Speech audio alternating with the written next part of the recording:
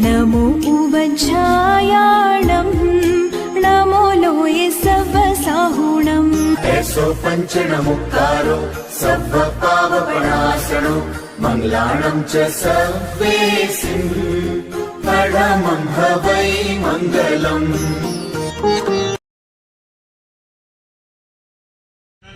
आस्था के निकेतन भगवान महावीर के चरणों में वंदना, अनंत शक्ति के स्रोत महाप्राण पूज्य गुरुदेव के चरणों में वंदना, सम्मानित मंच, समागत सावक साविका परिवार, त्रिआयामी कार्यक्रम ज्ञानशाला के बच्चों की प्रस्तुति और नए सत्र का आज उद्घाटन।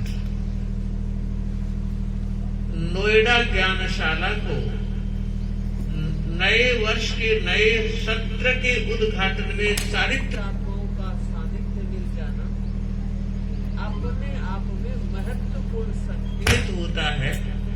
कोई भी काम का जब प्रारंभ होता है तो व्यक्ति के मन में एक भावना होती है, काश आसपास कहीं मत्थेड़ मंदा में होते, साधु साध्वियां होते तो मैं मंगल पाठ सुन के आता। और आप देखिए नोएडा की प्रशिक्षिकाओं ने एक सुंदर निर्णय लिया, समयज्ञ निर्णय लिया और सत्र का शुभारंभ हुआ। बच्चों की प्रस्तुति देख रही थी।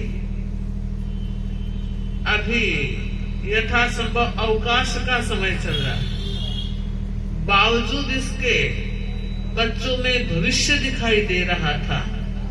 होनहार बच्चे लग रहे हैं, नोएडा का नाम आगे बढ़ाने वाले लग रहे हैं। सच में हर माँ और पिता जरूर ध्यान दें, केवल डिग्री की तरफ ही ना दौड़े,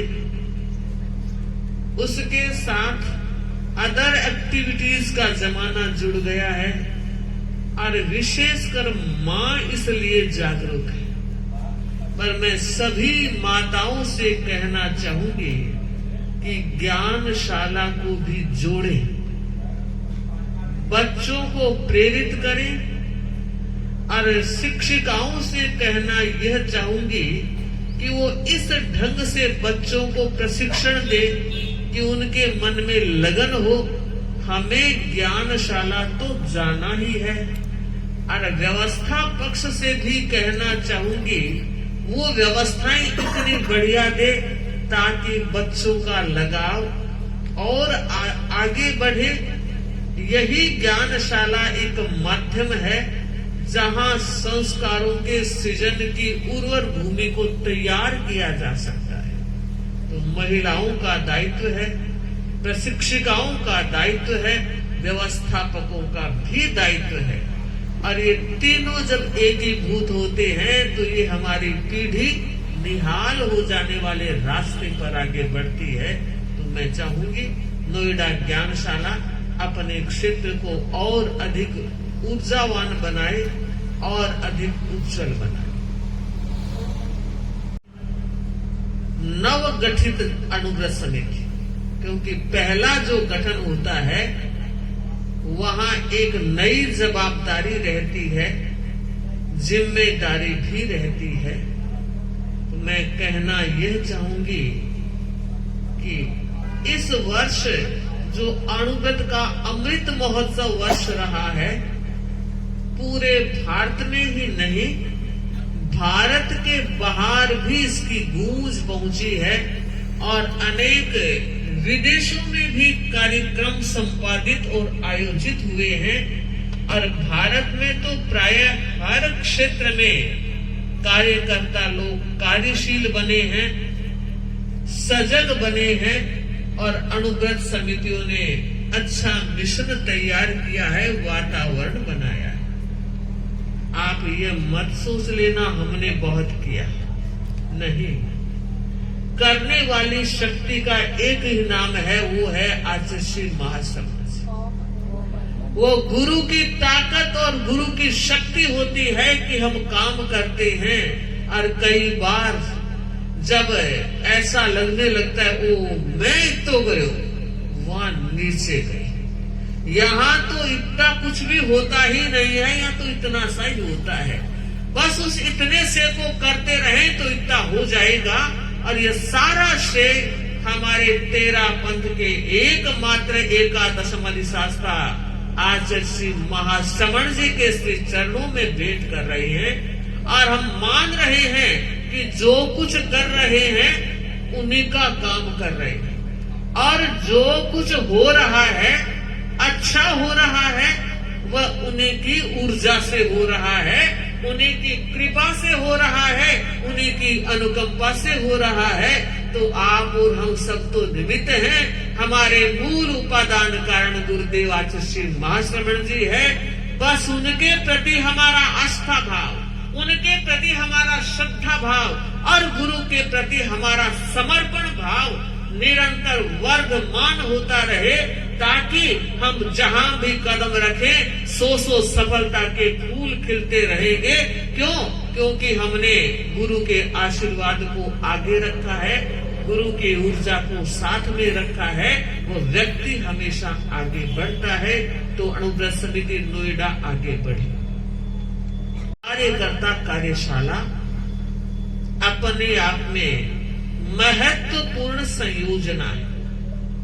कार्यकर्ता जो काम करता है उसको कार्यकर्ता कहते हैं, लेकिन यहाँ कार्यकर्ता का अभिप्राय है जो व्यक्ति किसी संगठन से जुड़कर, किसी संस्था से जुड़कर, किसी संस्थान से जुड़कर अपनी सेवाएं देता है, अपने समय का उपयोग करता है, अपनी सृजन चेतना को उस संस्थान को आगे बढ़ाने में योगदान करता है, वो कार्यकर्ता कहलाता है। मैं चाहूंगी नोएडा का हर श्रावक कार्यकर्ता बने और बनना चाहिए।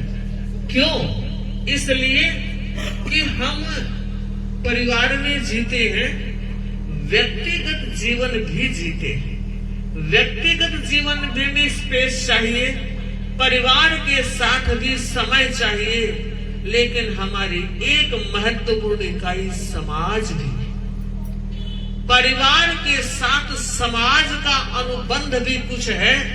परिवार के दायित्वों की चद्दर बहुत लंबी है, तो समाज भी कुछ अपेक्षा रखता है, समाज भी कुछ आवश्यकता रखता है। और जब व्यक्ति के मन में सामाजिक चेतना का निर्माण होता है, वो व्यक्ति समय निकाल लेता है, समय प्रबंधन करना सीख जाता है, तो हर क्षेत्र में वो समय दे सकता है। मैं चाहूंगी हमारे श्रावक और श्राविकाएं कार्यकर्ताओं की एक कतार तैयार करने में भी सक्षम बने, क्योंकि हमारे समाज को कार्यकर्ताओं की जरूरत है। और उस जरूरत को पूरा तभी किया जा सकता है जब भीतर में वो जरूरत जगे कि समाज को मेरी जरूरत है और मुझे समाज की जरूरत है।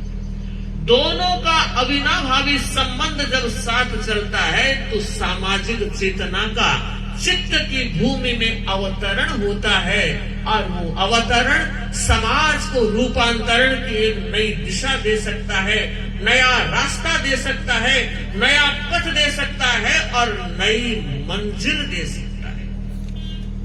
चर्चा करूं, कौन सा ऐसा कार्यकर्ता जो सफल हो सकता है, मंजिलों पर मंजिलें हासिल कर सकता है? मैं कहना चाहूंगी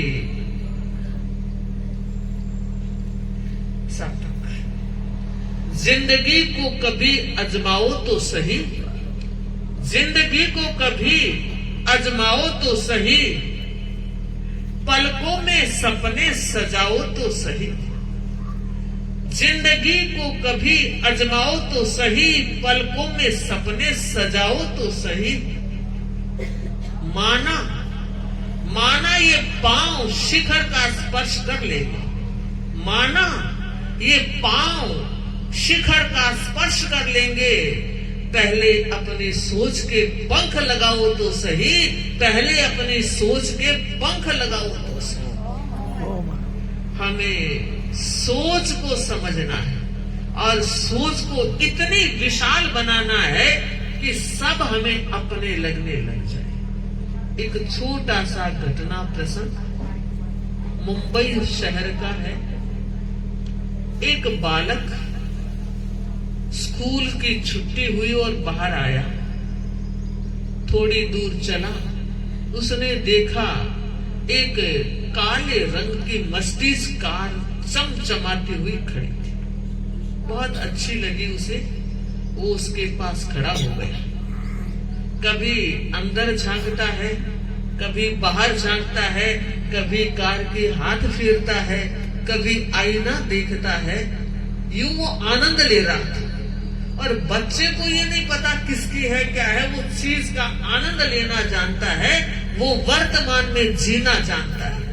तभी कार का मालिक मॉल से निकलकर बाहर आया और दूर से उस बच्चे की मस्ती को देखकर सोचा, काश ये बचपन मेरा भी हमेशा स्थायी रहे। आया और पूछा, बेटे कार अच्छी लग रही है? अंकल बहुत मजा आ रहा है, बहुत अच्छी लग रही है। तो क्या तुम कार में चढ़ना चाहते हो? तुम्हें एक राउंड कटवा दूं? कि अंकल आज मेरा बर्थडे है और अगर इस कार में एक चक्कर घुमा दिया तो आपने मुझे बड़ा गिफ्ट दे दिया।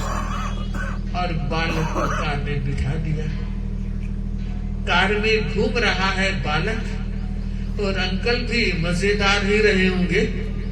उस बच्चे को पूछा, बेटे क्या तुम भी बड़ा होकर ऐसी कार खरीदना चाहेगा? अंकल जरूर खरीदना चाहूंगा, मगर मुझे बताओ इस कार की कीमत क्या है, ताकि मैं आज से ही सोचने लगूं। तो सुने, उस भाई ने जवाब दिया, बेटे इस कार की कीमत क्या है मुझे पता नहीं। वो अचंभित हो गया। कार का मालिक इस बात को कह रहा है कि मुझे पता नहीं इसकी कीमत क्या है। तो पूछा, अंकल ये कैसे हो सकता है, आपकी कार और आपको पता नहीं? कि बेटे सच कहता हूं, पता नहीं। 1 महीने पहले मेरा बर्थडे था तो मेरे बड़े भाई ने ये कार मुझे गिफ्ट में दी। Your brother is great. बेटा कह रहा है, बालक कह रहा है, योर ब्रदर इज ग्रेट। उस भाई ने कहा, सही, मेरा बड़ा भाई बहुत महान।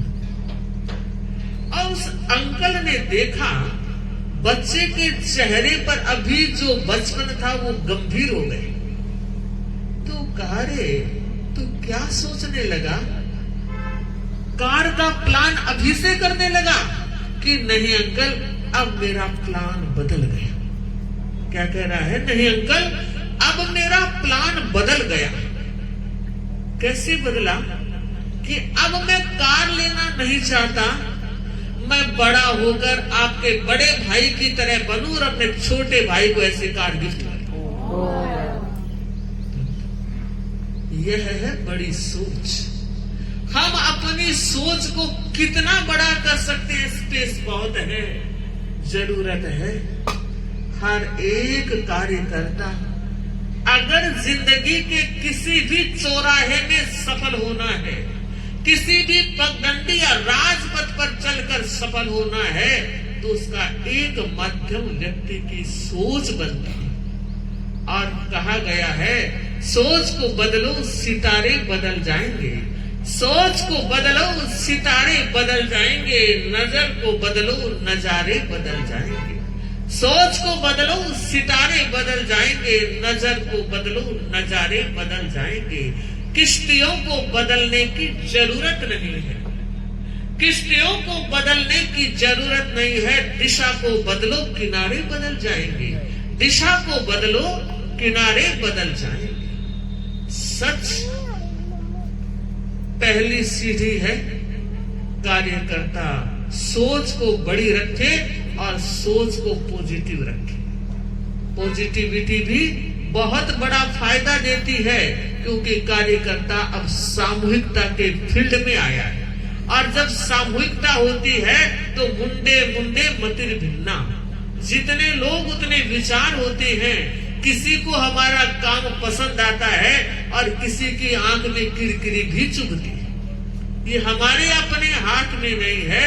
अगर किसी ने कोई नेगेटिव बात कह दी है, अगला जाने हम उसको स्वीकार न करें, हम अपना रास्ता न बदले, हम अपना विश्वास न बदले, क्योंकि कहा है जिंदा वह है जिसकी आस जिंदा है, जिंदा वह है जिसकी आस जिंदा है, जिंदा वह है जिसकी प्यास जिंदा है। केवल सांस लेने का नाम ही जिंदगी नहीं है, केवल सांस लेने का नाम ही जिंदगी नहीं है, जिंदा वह है जिसका विश्वास जिंदा है। हमें अपने आत्मविश्वास को बरकरार रखते हुए इस मैदान में उतरकर कुछ नए कीर्तिमानों के स्वस्तिक रचेंगे। कार्यकर्ता के लिए सोच बड़ी चाहिए, पॉजिटिविटी चाहिए, और गुरु के प्रति आस्था समर्पण के डोज तो मैं पहले ही दे चुकी हूँ, क्योंकि वो पहली जरूरत है। हम श्रद्धाशील और आस्थाशील बने रहे, साथ ही साथ चरित्र संपन्न भी बने रहे। अपना चरित्र इतना कठोर हो कि एक बूंद भी फिसलन की हमें इधर से उधर ना कर सके, क्योंकि वक्त की रफ्तार बड़ी कमजोरी से बढ़ रही है। और आज के वातावरण में, क्लबों के जमाने में आदमी फिसल रहे हैं, विचार फिसल रहे हैं, व्यवहार फिसल रहे हैं और चारित्र को प्रभावित कर रहे हैं। इसलिए जरूरत है अपने आप को संभालने की।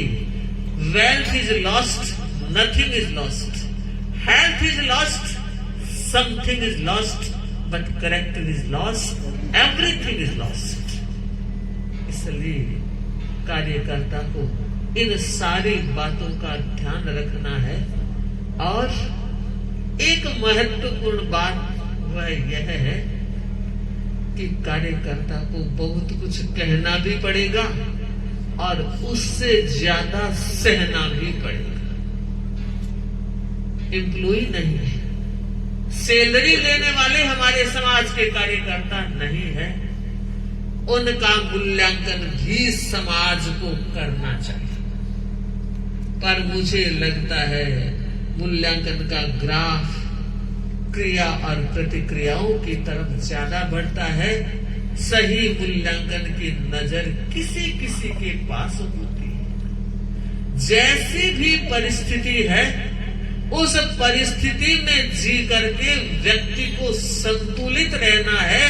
बात छोटी नहीं है, कहना आसान है, लिख देना आसान है, पढ़ लेना आसान है, मगर उस कड़वेपन को आत्मसात कर लेना बहुत कठिन है। कठिन है, पर कहना चाहूंगी असंभव नहीं। इसलिए सफल होने का एक मंत्र है, आंख मां अमी राखजो, आंख मां अमी राखजो, जीभ मां मधुरता राखजो, और कड़वी बातनो पण मीठो जवाब आपजो, कड़वी बातनो पण मीठो जवाब आपजो। सच अगर ऐसा हुआ तो मान कर चलिए, हमारा हर श्रावक और हर श्राविका अच्छे कार्यकर्ता के रूप में अपनी पहचान बनाएंगे। हम कहीं भी रहे, जब नोएडा आ गए हैं तो ये हमारा अपना क्षेत्र बन गया है। तो जहां भी हम जाएं, ये सुनने के लिए कान प्यासे रहेंगे कि नोएडा का श्रावक श्राविका समाज कार्यकर्ताओं की एक टीम तैयार कर चुका है, यंग जनरेशन को, यंगस्टर को जोड़ चुका है, ताकि ये हमारी पहली जरूरत है। कल कन्या मंडल ने भी कार्यक्रम की प्रस्तुति दी, साध्वी सुधा प्रभा जी ने और महिलाओं ने बताया, रोचक प्रस्तुति दी। तो जरूरत है हमारी कन्याएं और हमारे किशोर हमारे कार्यक्रमों से जुड़ते रहे। इसके लिए भी नोएडा श्रावक और श्राविका समाज सभा और महिला मंडल को विशेष जागरूक रहना है कि कन्या किशोरों को भी हम अपने संस्कारों के सांचे में ढालते रहे और संस्कारों की डोर हमारे हाथ में रहे तो ये पीढ़ी कितनी भी ऊंची जाए, पतंग की डोर हाथ में रहती है तो पतंग कहीं चली जाए फर्क नहीं पड़ता, और डोर कट गई तो पतंग का क्या होगा आप सब जानते हैं।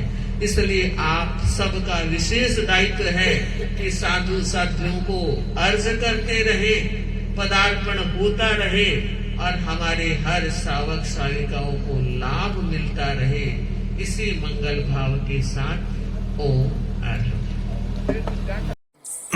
क्या अविद्यानामन्तस्तिमिरा मिहिरद्वीपनगिरे।